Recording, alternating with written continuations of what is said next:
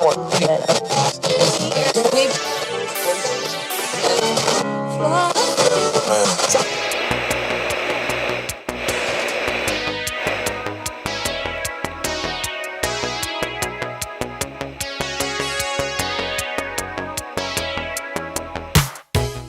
listening to Creeping Wave Radio, a documentation of our decidedly creepy escapades here on YouMind, once the mics go off.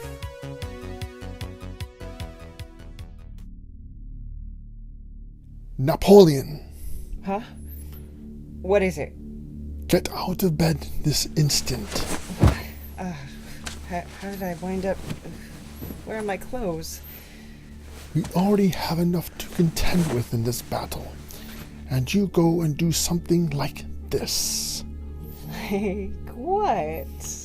As if you didn't already know. Right. That. How could you betray my trust this way? Okay, I'm sorry. Just let me find my pants and I'll get out of here and we'll pretend this just never happened. Oh, no, you don't. You don't get to just sweep this under the rug. Let go of me. Hey, just at least let me put my shoes on.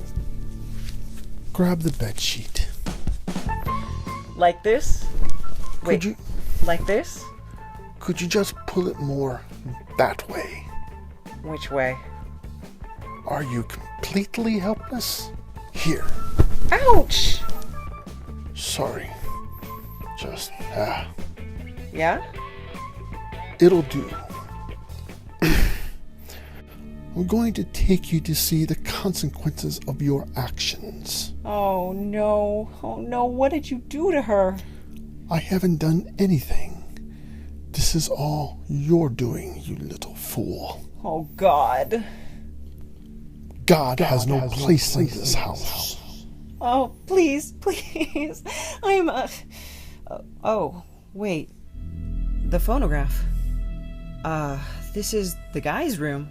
Napoleon, how kind of you to grace us with your presence, even if you are a tad underdressed for the occasion. Huh? Vincent Price? It's Steve, actually. Steve? I'm afraid so.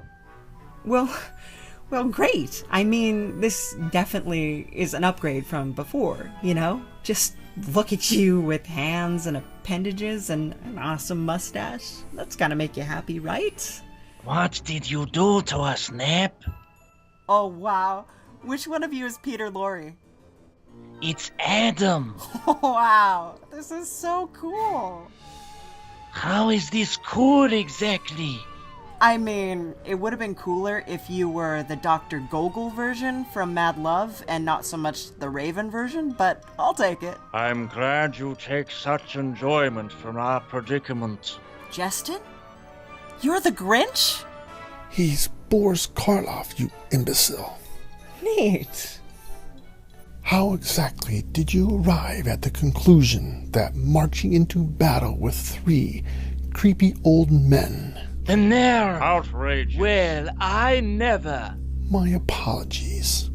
3 distinguished gentlemen in their sunset years. That's better. How exactly did you suppose that to be a good idea,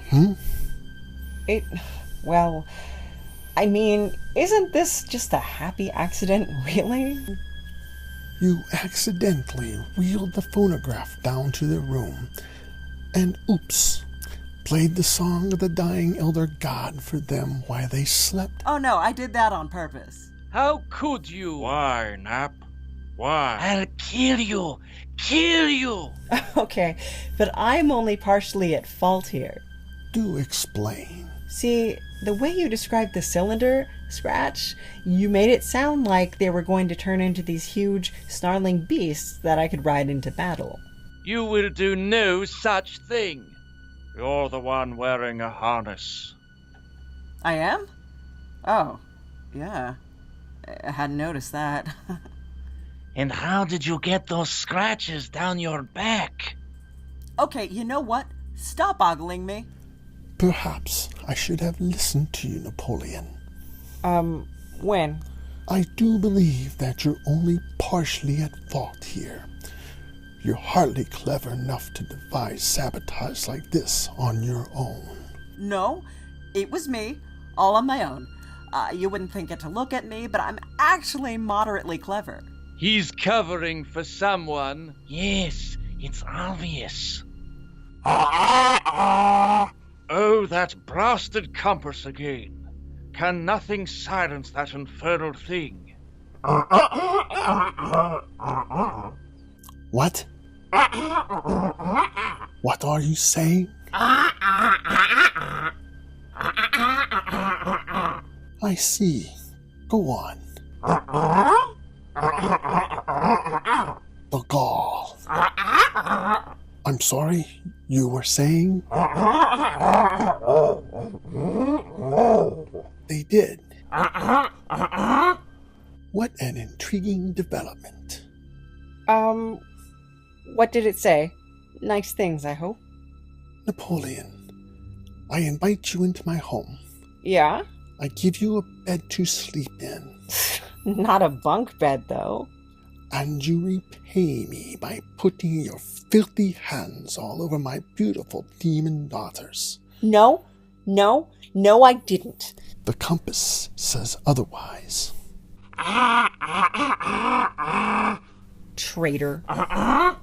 Okay, but you said daughters, plural, and I only slept with Margo. You defiled my precious little Margo. It was a mutual defiling, really. Oh my, how delightfully scandalous. She's a good girl. She only does these things for attention. As much as I hate to interrupt this farmer's daughter joke gone awry, we're still no closer to planning our attack on the Soviet vampire stronghold. Circumstances being what they are, perhaps we'd best reconnoiter.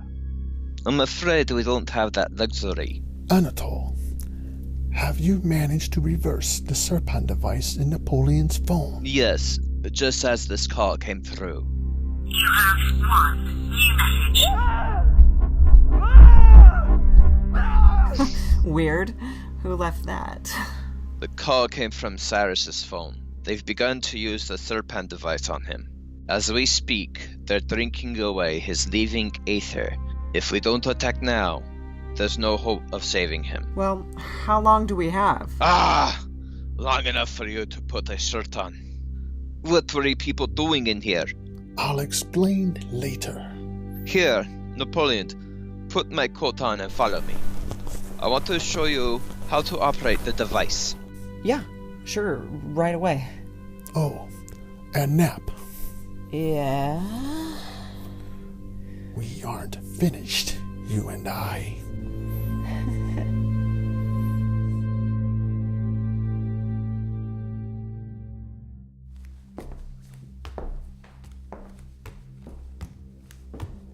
I take it you've met the girls then? Yeah, Margo. Oh, she's always been a troublemaker. They all are, really. How many are there? I lost count back in the 70s. 70 daughters? No, the 1970s. I have no idea how many daughters she has at this point. Anyway, have you finished the holster for the phone? Yes, last night. It's in my room, right over here.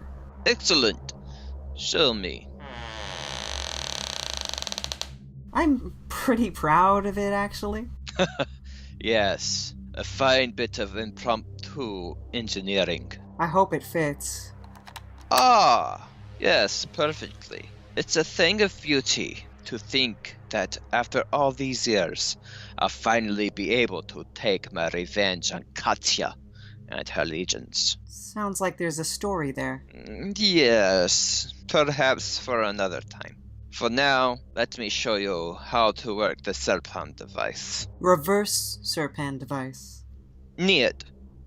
The only thing I changed was where the energetic stream collected. This is just a portable version of the machines they use to drain the public en masse. Instead of flowing into the reservoir, the energy collected will be channeled into you. Okay. Which is why you must promise me, Napoleon, that after today, you will destroy this apparatus. Destroy my phone? You must. If you fail to do so in time, you'll become just like them. And that's bad, right? Yes? Very bad indeed. I wouldn't wish the curse of vampirism upon the lowest vermin of the earth. Okay, then. You must hold it. Tighten your grip a bit. Keep your wrist loose. There you are. That frees the ether to flow into you. The device itself is fairly simple. You just toggle this doohickey here that initiates the accumulator. It'll take a few minutes to warm up, of course. Okay, now, can I run apps in the background while that's going on? Apps? Yeah, like, you see these things here? No! What's going on? Somehow you activated it. It's fully operational. What do we do? Put it down. Break the connection. I don't think I can. I can't let go. Help! I can't let go! Then you must will it to stop with your mind. With my mind? Yes. The device has bound itself to you. It is an extension of your own body and your own ether. Will it to stop? Please stop. Please stop. Please stop. Don't ask it. Will it.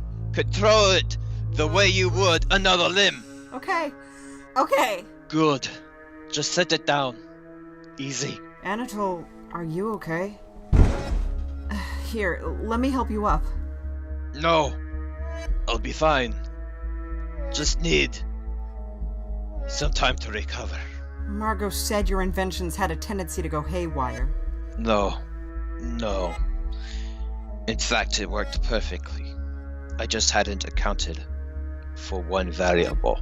What's that? You. Me? The serpent merely provides an amplification of your own faculties.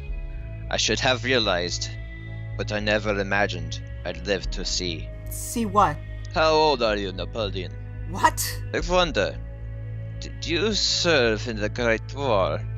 Would we have been allies, you and I? You're not making any sense. Help! Someone help me, please! Can't remember anymore, can you? That's fine. Just fine. Someone help, please! Stop screaming and let me rest. Okay. Okay, sure. Let me dream for the first time in centuries. Dream of letting a mongoose free in a cobra's den.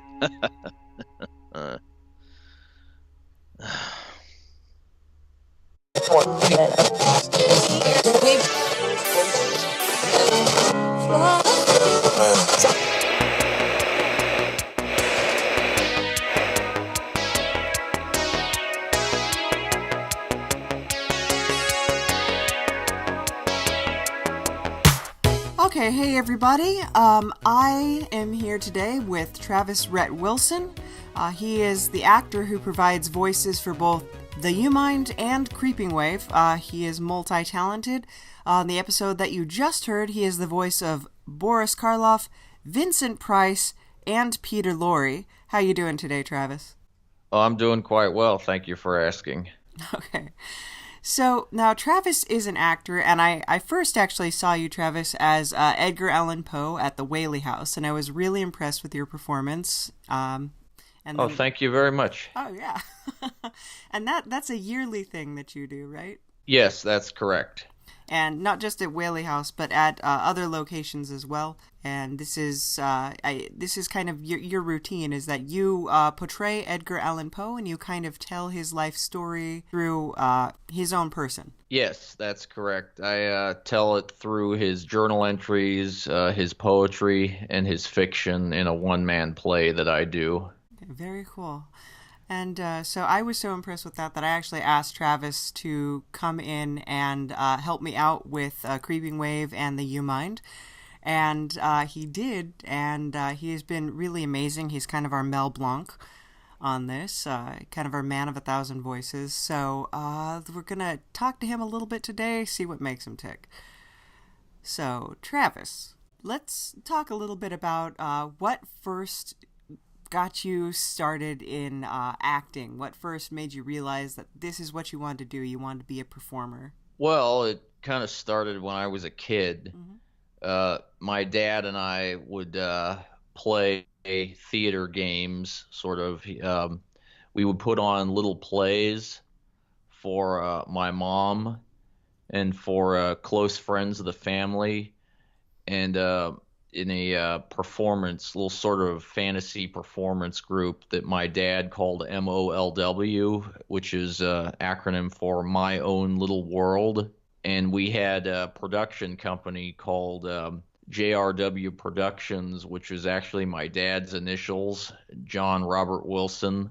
And later on, he would start calling it TRW Productions. He just named it after me, Travis Rhett Wilson. And we just sort of put on little plays for my mom. And most of it was just sort of improv and ad lib based on a basic plot that he'd come up with for each show we did. And I enjoyed that very much. And then that sort of grew a little bit as I got older. And then I took part in theater in elementary school and junior high, and I sort of got really serious about it in high school. And then I spread out to the community when I was finished with school, and I've grown ever since. So, are there any actors throughout your life that have inspired you and kind of motivated you, made you sort of... I don't know. You're very much a character actor. Would you say you're inspired by character actors? What really drives you when you see a performance?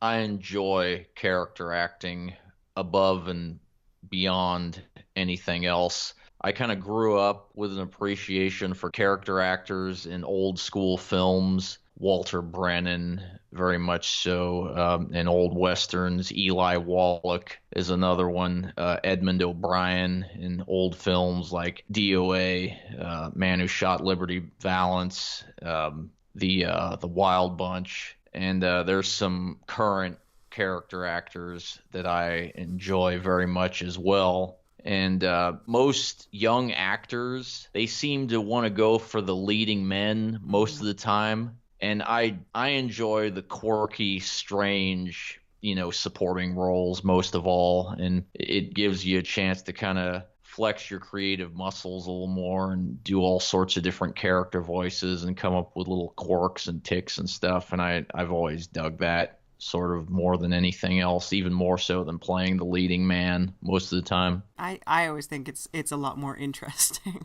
It's more fun. Yeah, very much so. Are there people in your life who inspire you, be it friends or family, people who encourage you or drive you, or on the contrary, people who've stood in your way and said, like, this isn't going to work out for you? Well, in answer to the first question, I found that the people who inspire me most are some of my favorite actors are people that most people haven't even heard of. Like it's local people that I've worked with. A very dear friend of mine, John Lind, is a gifted character actor that works locally in the community. He's been sort of my mentor through the years. He actually wrote the first one-man Edgar Allan Poe play that I ever did. And then in terms of like the more famous working character actors, there's a lot of really interesting ones. Like Tom Noonan is a guy I like very much. He's this extremely tall, bald character actor that's always plays these creepy characters in like horror films and stuff. You might remember him from the movie Manhunter.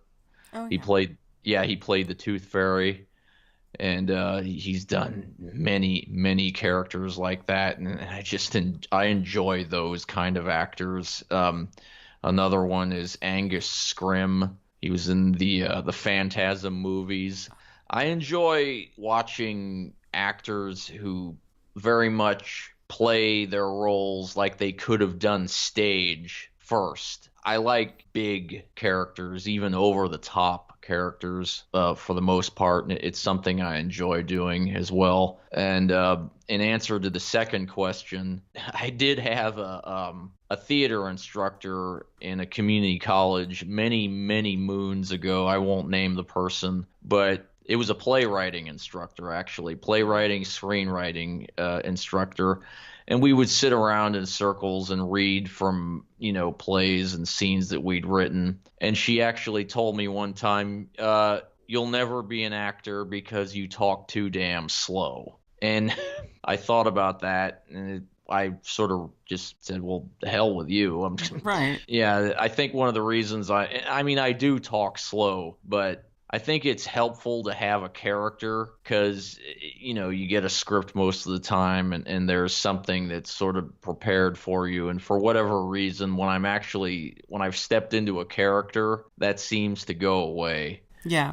And and I think that could be the reason why I've sort of succeeded to a certain extent in spite of what that person told me. I always think it's very interesting. Your pacing for me, like it changes so much depending on what character you jump into. Like on the You Mind, when you play the doctor who studies Bigfoots. If you guys haven't listened to it, it's one of the best ones that we've done. But you talk very fast, a very quick pace, very kind of stuck up British kind of, and it's really just fun to see you just become this other person, because when I had first saw you, I expected you to talk the way that you did on stage when you're Edgar Allan Poe, and you didn't, and it was kind of a surprise that you change so much when you get into your character, that you just reform yourself, which is kind of exactly what you're talking about.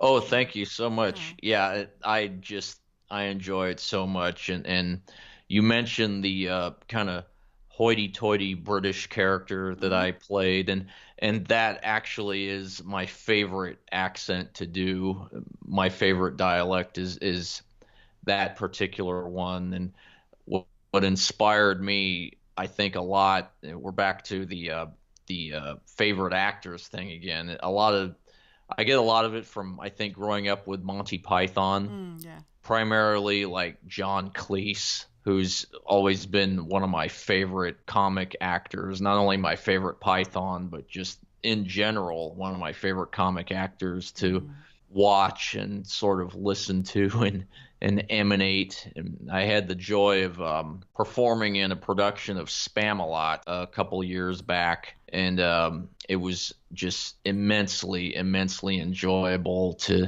speak those words and emanate that story that I grew up with and fell in love with when I was a youth. That must have been really amazing, actually. Oh, yes. Yeah, that's so cool. So, how do you hope that people view you as a actor? Well, not much different, I think, than people have a tendency to view me as a person. I mean, I like to be thought of as someone that, works hard and tries to understand not only the dynamics of performing a character on stage, in terms of the physicality and the dialects and so forth, and understanding the outward appearance of the character, but also someone who digs into the psychology as well. One of the reasons I took psychology and sociology in college is to kind of help me understand that aspect of humanity as well. And something that I try to pride myself in is, I think what's true of most actors is what makes the more gifted ones strong. I think one of our strengths is trying to inject an element of ourselves into every role we play.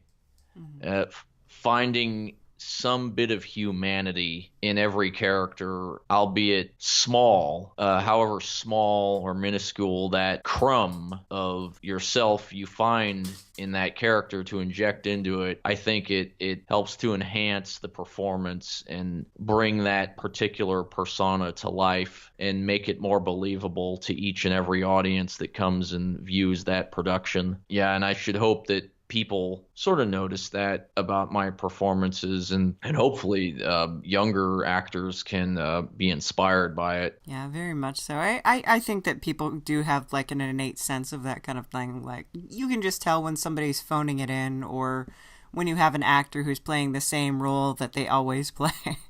And, oh, yes. Yeah, and it's kind of like, all right, well, but then you get these huge emotional performances from people, and you're just like, wow, where did that come from? And it's just because they're drawing on events in their own life, you know, that they're a real person. It's just they're using, like you're saying, that psychology, the memory, they're drawing upon those things to create this landscape of feeling for people. Yes, yeah. It helps to find reality, and you must find reality in every performance, no matter how far-fetched or over-the-top or farcical a character may be. Even slapstick comedy can fall flat without some sense of reality or some sense of humanity deep at the bottom of the barrel, as it were. Now, do you have a favorite character or character that you would really love to get a chance to play? The dream role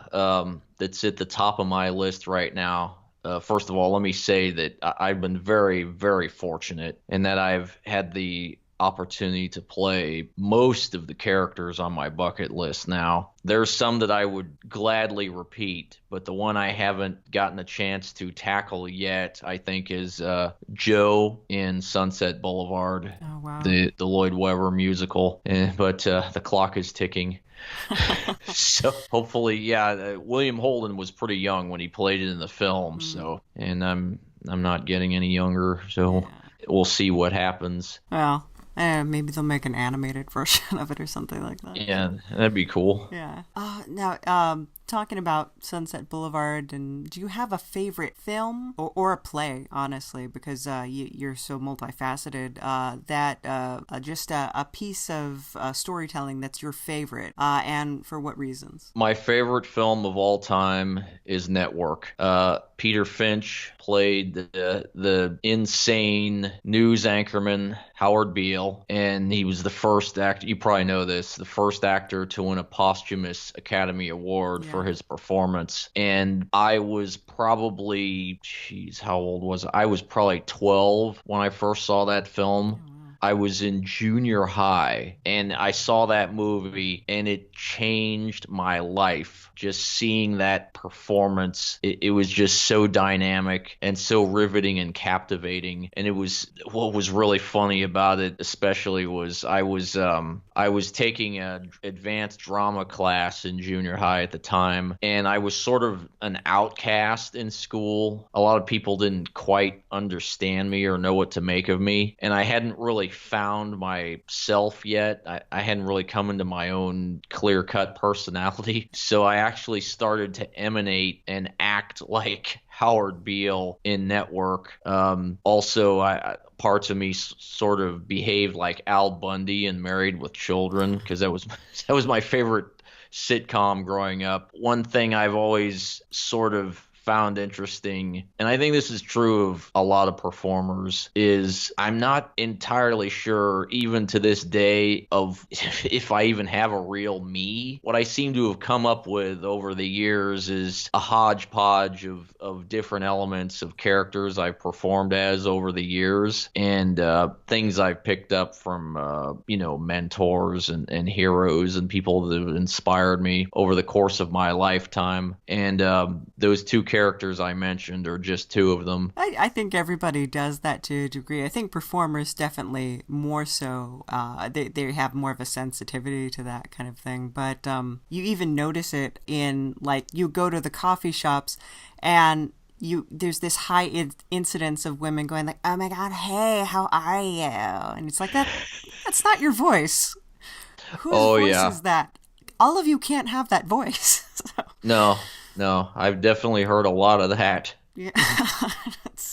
So I think everybody's doing that to a degree. It's just that actors, maybe they're drawing from different wells than maybe other people are. The dramaturgical approach of sociology, where you're a different person depending on who you're talking to and who you're with. Mm-hmm. It's something that's always fascinated me. So what is your greatest struggle as an actor, would you say? Oh my goodness, more so lately. I'll be honest, it's memorizing long scripts. When I was probably, I'm trying to remember how old I was when I first played Edgar Allan Poe.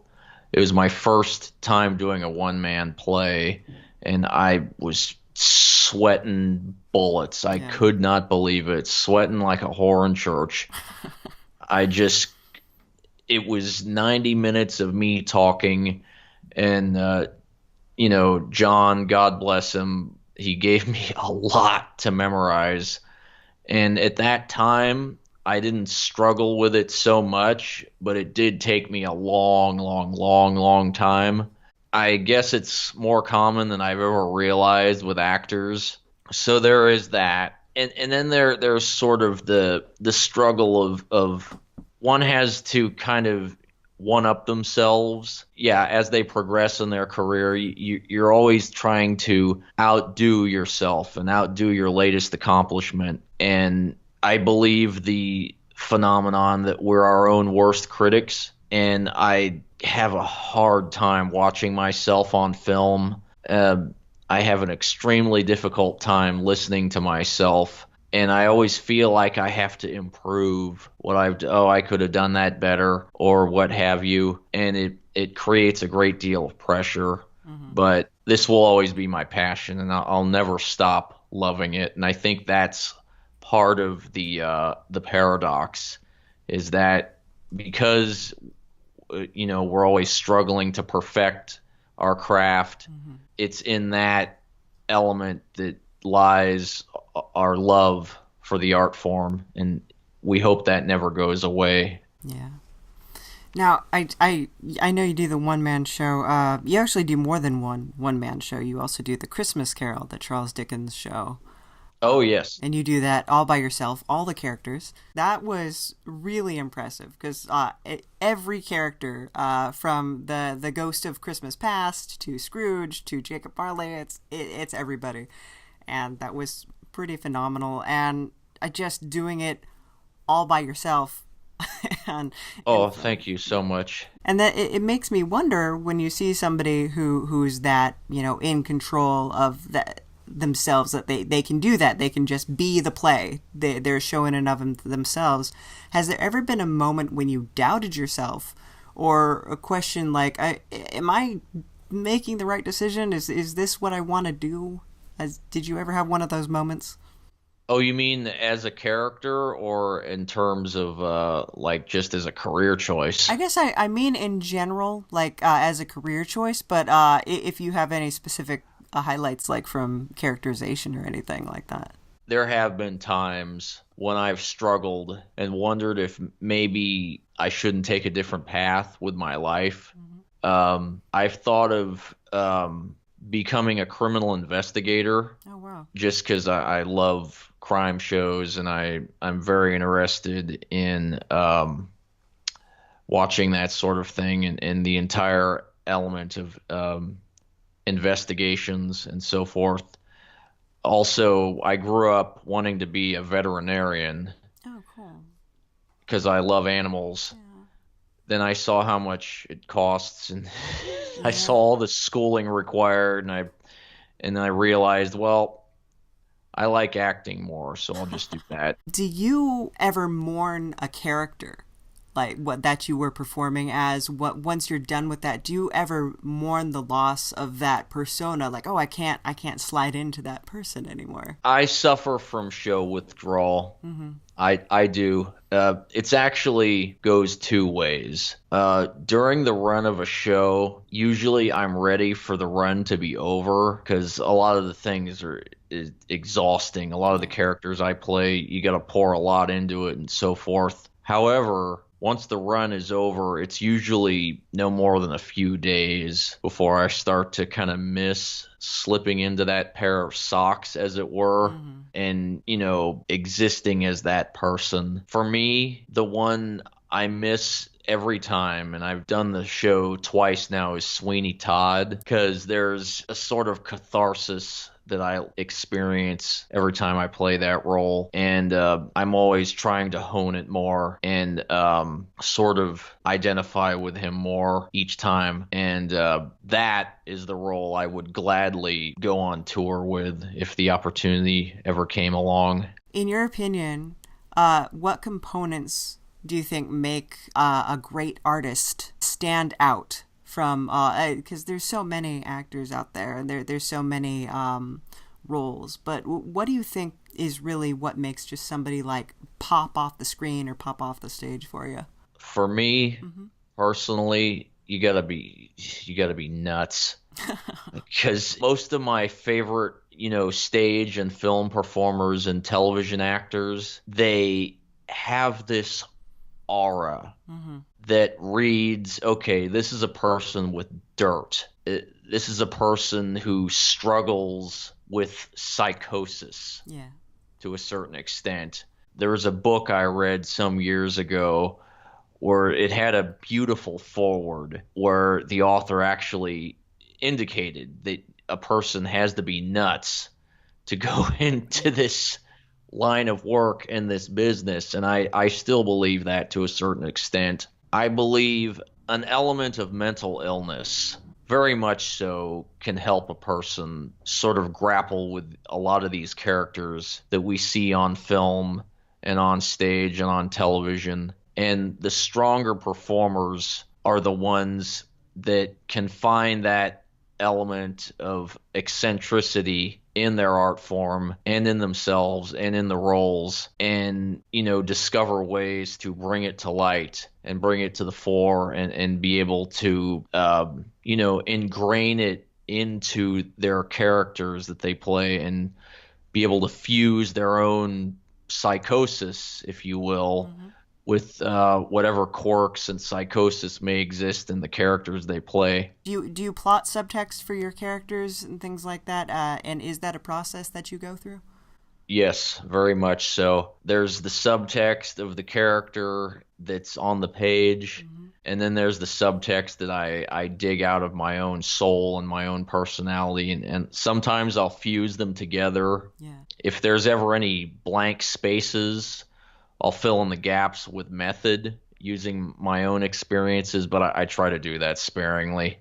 You hear a lot about actors with really strange techniques, and you bring up method, and I think a lot of people, when they think method, they'll think of somebody like, I guess recently, Jim Carrey, who just walks around as the character when they're on the set at all times, never leaving that character, which... To me, I mean, you also have to have a relationship with the other actors that you're around. So, I've tried that. Yeah. And I can't do that. Yeah. I've tried it, and it's so exhausting to go that far with method. And Jim Carrey is another one of my favorite actors, and my admiration for him being able to do that knows no bounds. I recently watched the documentary Jim and Andy. Yeah. And it was just so inspiring. One thing he talked about that it just about brought tears to my eyes was when he talked about how he'll be on stage or he'll be on screen, and it's like Jekyll and Hyde with him. A Mr. Hyde takes over and sort of guides him through the process, like someone pulling strings of a marionette. And for me, that is both inspiring and terrifying at the same time. Acting, the characters that are popular, the way that people do characterizations and stuff like that, it goes in and out of trends that we sometimes don't notice until we're out of an era, and then we look back on a film and we sort of say like, oh geez, yeah, everybody was doing that. Is there anything that you as an actor are seeing right now in films, in plays, anything like that, any kind of characterizations, any kind of trends and maybe storytelling or things that you object to or that you encourage and you'd love to see more of? One thing I'm seeing more of is they're going against the grain with traditional casting, and I love that. A recent example is Hamilton, which is extraordinary. Colorblind casting, as it's been called in many circles. What we're seeing now is the resurgence of a lot of classic works being brought back. They're being brought back, and we're sort of turning them on their head, giving them all sorts of different styles and placing them in different eras. And it breathes, not only is it an extraordinary opportunity for performers and actors and artists from different, backgrounds and ethnicities, but it also breathes new life into these wonderful pieces of theater that we see from yesteryear, and it's like they're being reinvented, and we're sort of reinventing classic works for new audiences, and I think that's wonderful. So where can people see your work right now? What shows do you have going on or coming up? Well, I have a one-man Christmas Carol. I'll be doing that again at the Rialto Playhouse, also known as the Sandra R. Courtney Playhouse of Rialto. That's coming up December 16th. It's a Sunday at 2 p.m. If you Google the website Rialto Players, you'll find the website. There'll be more info. Also, I'll be reprising the role of Ebenezer Scrooge in A Christmas Carol, the concert, at the University of Redlands Chapel. That's happening on December 15th. So it'll be an interesting weekend. Got my work cut out for me. And then also I'll be traveling around a bit with my one-man Edgar Allan Poe play in February. I'm going to Illinois, performing it at Illinois College. Oh, wow. Yes. That's very cool. Yeah. And then, of course, anything else people want to learn, they're welcome to visit my website, travisrhettwilson.com. Okay, thank you so much, Travis. And guys, if you're in the area, make sure that you catch the Christmas Carol. If not, still check out Travis Rhett Wilson's website. He's a real talent powerhouse, and you can always hear him on Creeping Wave. He's going to be playing several characters coming up here, and on You Mind, it's pretty much the Travis Rhett Wilson show. I mean, it's really just him and me most of the time. It's so kind of you. So it's really just So you guys should definitely check out his work. Really fascinating guy. Thank you so much for talking with us today, Travis. Oh, you're very welcome. Thank you for inviting me on.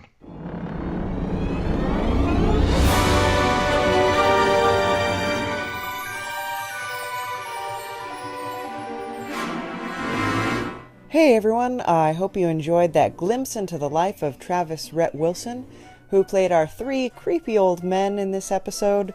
And I just noticed that there's a creepy old man in my house right now.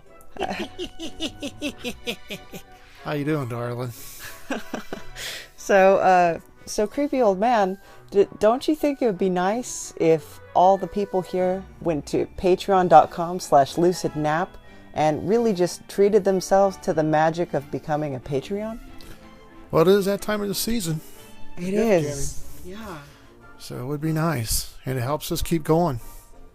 It does. It really does. It's a magical experience that we can share with each other, and it kind of brings us closer as a family. And wait.